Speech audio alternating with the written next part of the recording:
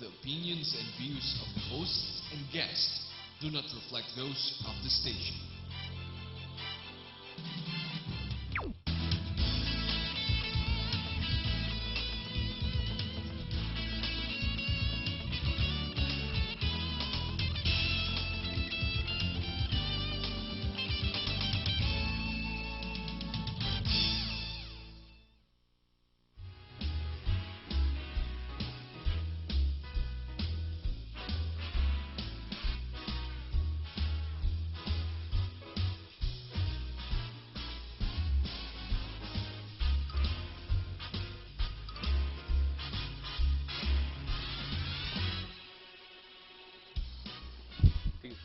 Good evening. Welcome to Expat Insights. I'm your host, Raju Mandhyan. Here at Expat Insights, we take external views of internal successes by foreigners, expats, and immigrants who have made Philippines their home. Tonight on Expat Insights, we have a couple, half expat and half very much Filipino, husband and wife, Michael Holmes and Rosan Holmes of Exsellsys Corporation. They provide teaching services, training services in selling, and Rosan's an artist. They're here to tell us about the heart of selling or selling art. So welcome to Expat Insights, Michael and Rosan. Thank you, Raju. Thank you, Raju. You can start by telling me a bit about your background and your life in the Philippines. Just a bit. Would you like to All right. start? Yeah. My life in the Philippines comes in three parts. The first part was when I first met Rosan, and that was a long, long while ago. Let's spend time on that one. All right. Okay. We both worked for the same company, and we were actually in Hong Kong. I was standing up the front of some audience, and I was giving eye contact to the audience, and I kept coming back to one set of eyes. And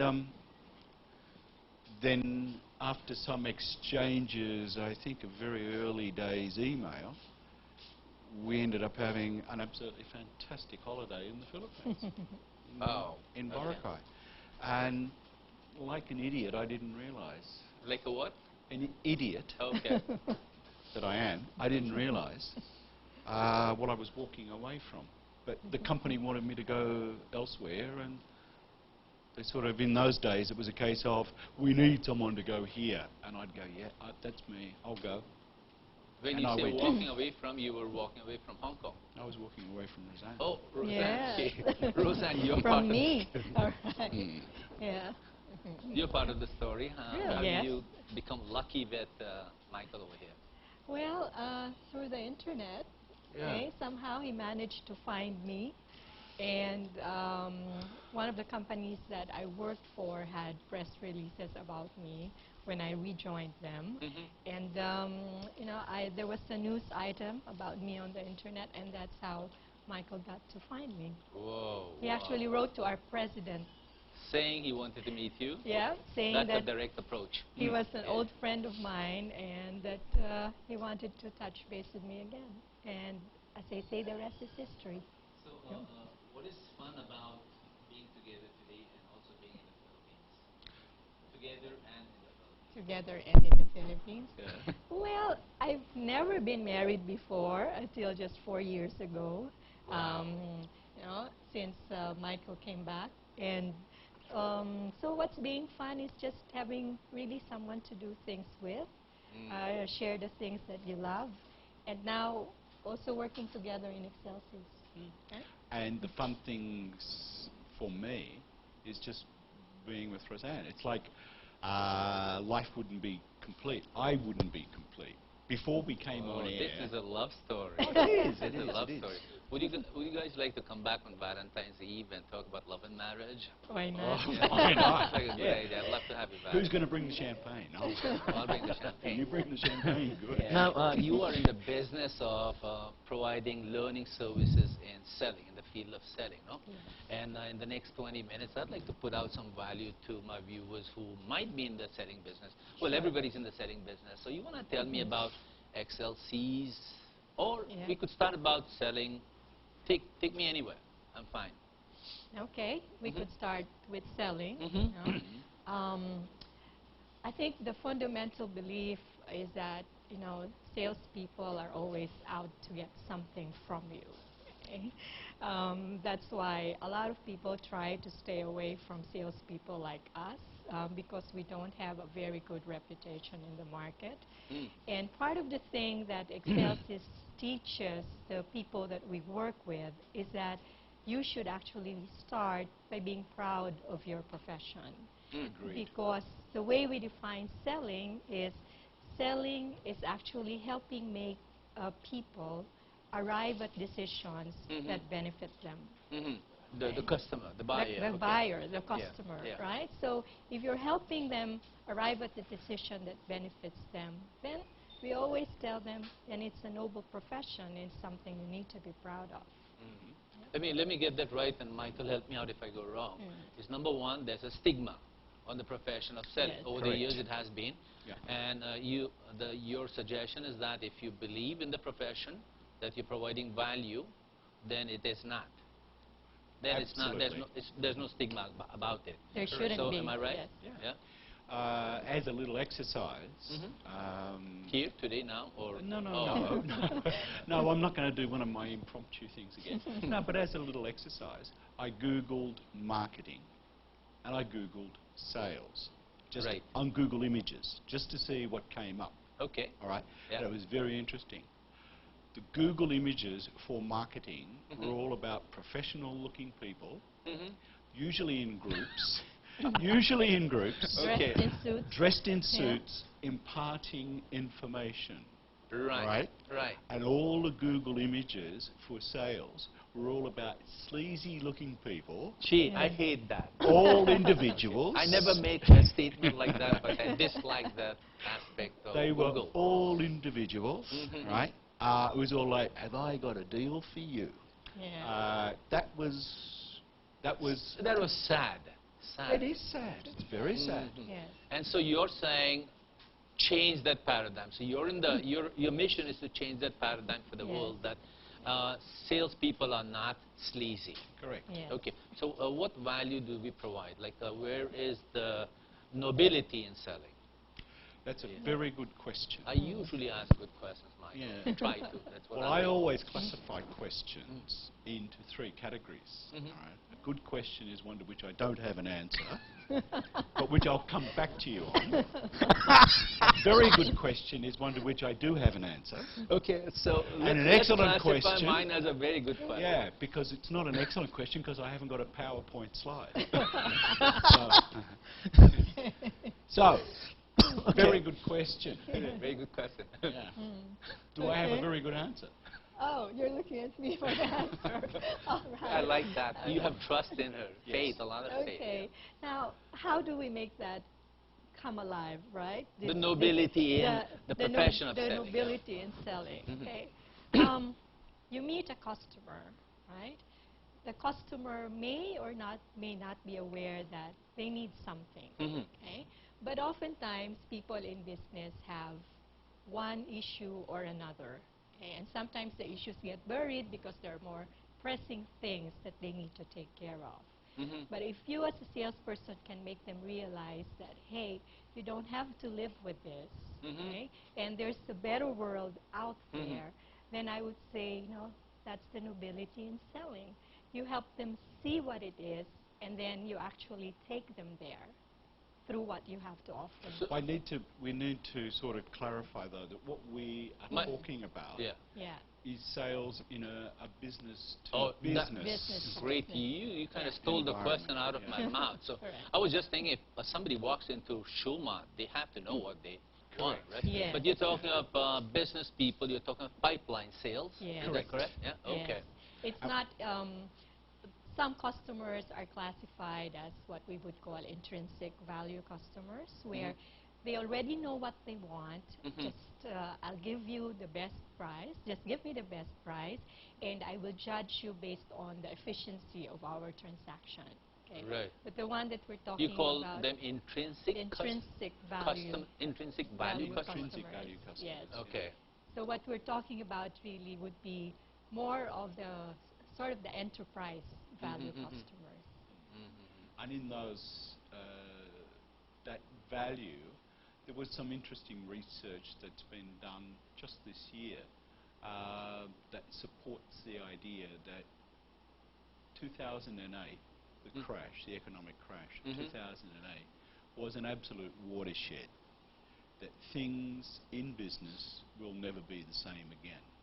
Like life post 9/11 is not the same. Correct. Yeah. Absolutely. Yeah. The same trauma. Same global, trauma, yeah. except that this was the financial trauma yeah. brought about by the biggest crash since the Great Depression. And the research goes on to find out, so what is selling about? Right. And selling is different now. Right. The backslapping, glad-handing, that is sort of associated with that sleazy the partying, image. the under the table greasing, so that's down all at the girly bars and all that sort of that's stuff. all history. Basically it is. That's all history. So what's the process? How do I go about serving the needs, or at least giving them a creative outlet? What is the process? Step 1, 2, 3. How do I go about it? How does the salesman on the street, the modern day salesman, go about providing value? Well, you always have to start with the basics, which is prospecting and business development. Okay, that is part of selling, unless you have a product that's extremely well known and the customers come to you. But more often than not, you do have to do business development yourself. And of course, you have your initial interaction with the customer, and an important piece of that is really building their trust. How you build their trust, right? So, and from the initial interaction, the most important tool of a salesperson is really questioning. Questions. Fantastic, yeah. Yes. And this is really what you use to uncover customer needs. And as they have more faith in you, as they build their trust in you, and if you ask them relevant questions, now as Michael said earlier, now more than ever, it is important for a salesperson to really add value to the conversation. You cannot tell them what they can already Google about your product, right? Yeah. And adding value to the conversation also means demonstrating that you have done your pre-call research and you know something about this customer so that you can facilitate the discussion towards their business needs. So it all starts with that, and after you have found out more about them, then you go about creating a vision. Okay? So here, you are not selling a product, you're not selling your solution, but you're selling to the customer a vision of a better future for them. For his business. For his business. Or Correct. whatever his objectives of business might be. Yeah, first of all, you've got to ascertain what it is that the customer perceives as value. And as Rosan said, if it is one of those intrinsic customers who thinks give he me, knows. I know what I want, just give me the best price. The value that the salesperson brings under those circumstances is in the speed of the transaction. So give me an example. Take a product or a service, or take a ABC Corporation, and can you cite me a live example of somebody who's doing that, or somebody you have experience doing that? Can you cite the example? You mentioned earlier, like if you go to a mall, you usually, you usually have something in mind already. Or let's pair say, of brown shoes, or let's say I want to buy a laptop. Now, would that be a business-to-business deal, or would that be a business-to-customer deal? It could be a business-to-customer deal. But even if it were a business-to-business deal, most people who buy laptops or PCs for their companies would already know what they want. Okay, like I want so much gigabyte of memory. I want my screen to be this big. I want this operating system installed in the computer. And they would give the vendors specifications. And more often than not, decisions are made on the basis of who can give this to me at the lowest price at the time that I need it. Right, okay. Right? Usually, So that's the calling, Yes, so that's efficiency of transactions. Okay. On the other hand, when you do value selling, this is about people who want to find new ways of, let's say, delivering products to the market. Let's say a telco organization. Okay. Okay. I want to bring new services quickly to the market. How am I going to do that with your solution? Let's give the telco a name. All right. Globe? Yeah. Can we use someone that rather than Let's someone use Airtel, in a real Airtel, one? Yeah. Airtel in India. All right. Okay, Airtel if you're in the same India. zone, yeah, okay. All right.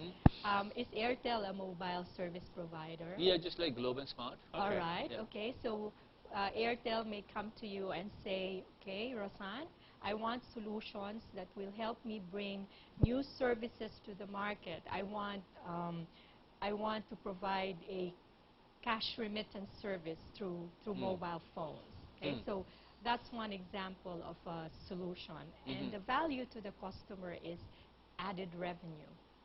And the speed at which they can introduce new services and therefore recognize that added revenue. That would be a case and example. So how do you go about transferring these skills to a single salesperson and a large fleet of salespeople? If you, to use your telecom example, Go back to Airtel. right, we'll yeah. go back to Airtel. Right.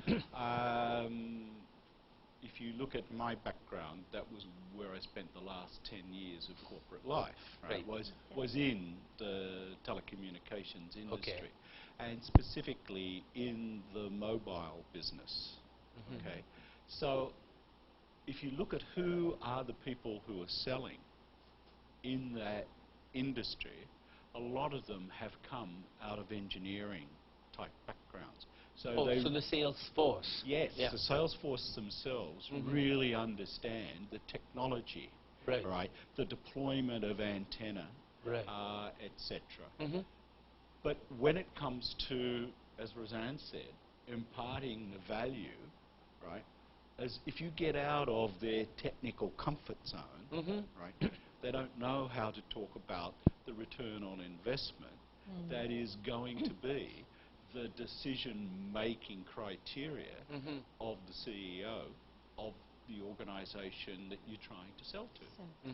So we spend a lot of our time talking to people who have come out of non-selling backgrounds, right, into how to transform from being, for example, an electronics engineer and talking bits and bytes, right, into someone who can talk and understand. Dollars and cents.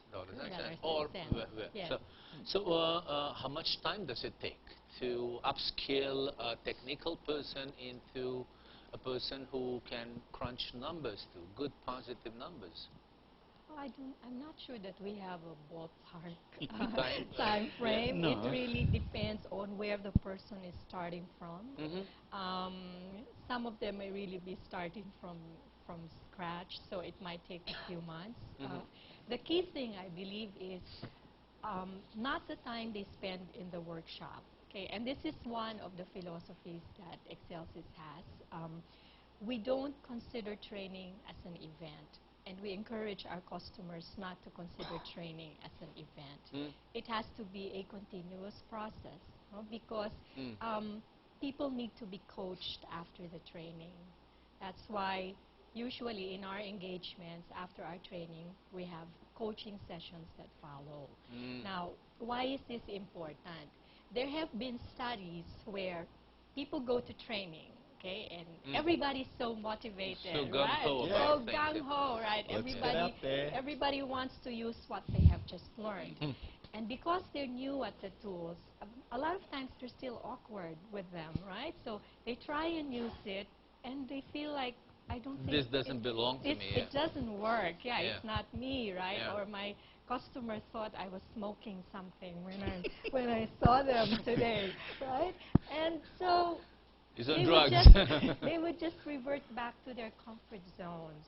Right. So they fall back into the old method. Yeah. So we need somebody who will coach them and tell them, no, that's okay. It's because you're doing this the first time. You need to do that over and over again until you're comfortable with it.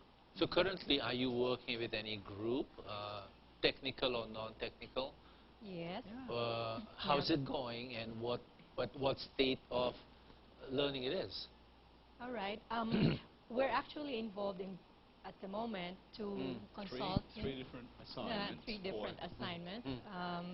It's interesting, you know, the people that we meet in our sales training classes. You know, I myself, I didn't start out as a salesperson. You don't look it. You don't No. look sleazy at all. Neither does he. I was a finance person Yeah. for the first 8 years of my career, and then I said, I think the sales folks are having more fun, and they look like they had more money. So I said, Oh my God, I want really? to try that out, you know. And I did, and there was no looking back. And What was yeah. your personal experience? I mean, what were your set of skills when you entered the field? When And I when did you entered. transcend? When Oh. did you improve?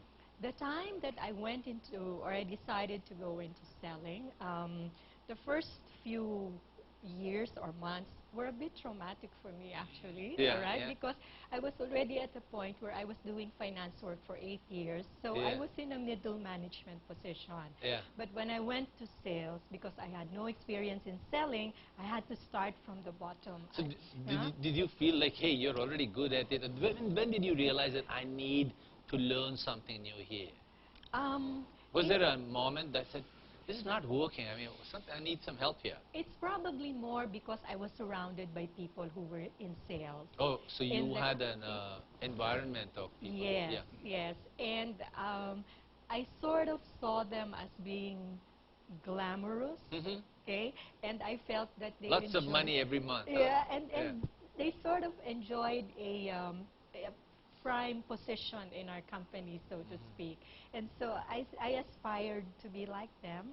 And I was fortunate enough to have had bosses who were very encouraging and who thought that I could make it in sales. Good. So it seems like you They made it, helped huh? me. Because now you're running a sales training She organization. not only Yeah. made it, she made it in spades. She made it in spades. Yes. Yeah.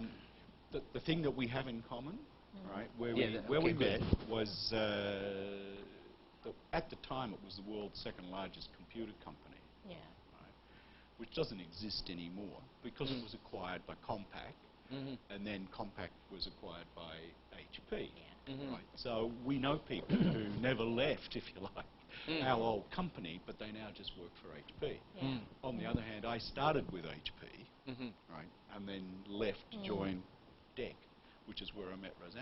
Yeah. But the story that Rosan has is very similar to my own. I was an engineer, and the reason that HP were hiring engineers was they were trying to get out of the box vending business. The okay? box vending business, what is Yeah. that? Just selling boxes, selling Oh, computers. yeah, right? yeah, yeah. Yeah. And everyone in the organisation was assigned to sell certain range of boxes. And what they wanted to do was to get out of that mode of operation and into selling solutions. And you know what? We're still finding companies that are still in the Box selling business. selling Yeah, business instead of providing. who want to get into the solution selling. Is this a global thing? Is it the same in countries outside the Philippines, or is there any difference between the selling psychology in different countries? I'd say it's pretty much The same Yes. across the Yes, world? Across yes. the world? In fact, one of the training programs that we sell, they have the same modules. Doesn't matter if you're teaching in the U.S. or Europe or in Asia Right, Pacific. right. Yes. So it's the same trend, it's the same sickness that exists everywhere. Yeah. It is. It is, yeah. And So- the box vending mentality, Trend, if you yeah, like, is very hard to get away from because it is something that people can grab hold of. It's Comfortable. something You know? that exists. It's Yeah. like Exists, people, you can it's an touch it assumption and that, yeah. Whereas if you're talking about selling value, the value very few people see the inside in that. So now tell me, what do you plan to achieve? What do you want to do with Exsellsys, the corporation that you've set up, and how do you want to help my viewers, the Filipinos out there in the pharma businesses, the real estate, and the network marketeers, and you Yeah. name them, they're all out there wanting to Okay. know more. What do you want to achieve? Well, we want to help people grow their businesses. Okay. We want to help people achieve sales performance improvement through professional selling. Right. Yes. Okay. Yeah. one of the things that we emphasize is Yeah. that we've never met a born salesperson. Yeah. You've never met a born salesperson. No. You made them. They're all... They get made. They get made. They get made in the School of Hard Knocks. All right, Rosan, thank you very much for these Thank insights you. on the art of selling. Mhm. Now I understand that you also are into art. Yes. And I want to talk about that a bit. Let's put up a few of your pictures. Okay. You have a few pictures and I want to Yes. see them. And I want to know how you sell them. Okay. Yeah? So All tell me right. about this one first. What is this? I call it bounty. Bounty. Yes. Like Now, lots of it, huh? yeah, all of the pictures that you will see here, Yeah. so they're photographs, and I photograph light. And this Okay. was a lamp. Oh, this was in a garden setting. Yeah. One of the parks here in Manila. I took it sometime, it was Christmas time. Mhm. Yes. Looks good. So you Yeah. sell this. How is this a solution Yeah. to someone, Huh? or is it just impulse buying? I sell the vision of a beautiful lobby Okay. or a beautiful living room. Okay, Right? that was bounty. What is this? I call this cambre. Cambre. What does that mean? Is that Spanish or It's German? it's a position in ballet. If you would look That's at why I it, don't know it. yeah, if you would look at it, it looks like two legs that Oh. are curved. Right, Okay. right. It looks Yeah. like a Lisa Makuha bit. Lisa Makuha. That's Yeah. correct. Yeah. Mhm. Sorry, hope she doesn't hear this and scream at me. And- What's this? And this one I call forest rain. Forest rain. Yes. And this is also light captured in All, a yes. special lens, or No, I use an ordinary 18 to 55 millimeter lens, okay, and I just have a special technique for capturing the light. And I use all forms of available light, street lights, car headlights and tail lights, building lights, and even lights from toys and electronic gadgets. So let's get to the bottom line. How much are these? How I mean, this much is are how they? buyers do, right? Makano po. Yeah. Depends on the size. Right. So I've sold my pieces anywhere from 15,000 to 40,000. No kidding. Yes. Just a picture of a headlight and that's Yeah. it. 15 grand. Yes. How do you yes. go about selling them? How do I go about selling them? We've done exhibits. Yeah. That's one. And the other one is, like if I hear people, let's say, one of my former partners, I heard that they were setting up a building. And so I just approached them. I used my selling skills, and Yeah. I said, I heard you're building a new corporate headquarters. And they said, yes. Yeah. I said, will you be buying art for the building? And they said, definitely. And I said, I make art. Would you consider mine? And he said, do a presentation for me and my interior design. Where does this get printed? Obviously from Here in- digital to, you Yes. have to transfer it to Yeah. something hard. What do you Yes. print it on? Canvas, paper, marble, All of plastic? it. Any I of haven't it? done marble And and plastic. No, we but haven't. We've done canvas and canvas? special paper. Yeah. We use non-acidic paper. Right. And all of the materials that we use are inert materials. Even our framing. The framing, what's it called? Sis? The The technique. The museums and the big galleries Yeah. use this same technique floating. because it's What technique is it's that? it's an inert. Everything in the Yeah. structure of the frame Mhm. and the mounting of the picture is inert, so it's non-acidic, Non-acidic. and that means it protects the image for a longer period of time. Oh, so there's it no stays fresh and new. Correct. There's Yeah. no deterioration Mhm. in the image. What else? That's it. Yeah. Well, so if that's it, then it's fine. Thank you very much for sharing your Thank insights on you. selling and a little bit of the art. If there are any parting words or you want to invite my viewers to your training events or to your art exhibitions, this is your moment with that camera over there. Hello, camera. over Hello, camera. Go Good. first. there. Yeah. Oh, go. Okay. Well, I just want to tell everyone not to be afraid of selling. Not to be Okay? afraid of selling, just Right? go for it. Yeah. Yeah. Nobody is a born salesman, and if you think Come to about us. it, nobody really study selling in college, right? So Yeah, there is all no of us, PhD in selling. yeah, there's no PhD in selling, and all Yeah. of us are converted salespeople. And you know, Converted if you just follow a sales process, you know, You'll you'll be get it. okay. You'll You be can- millionaires and have fun. You can and do it. become artists someday afterwards. Why Yes. not? Yes. Yeah, just to keep your mind alert. Yes. But that's a very astute observation, Raju. There is no degree in sales, but there is in marketing. All right. Thank you very much for right. being on Expat Insights. It's Thank been a you. pleasure.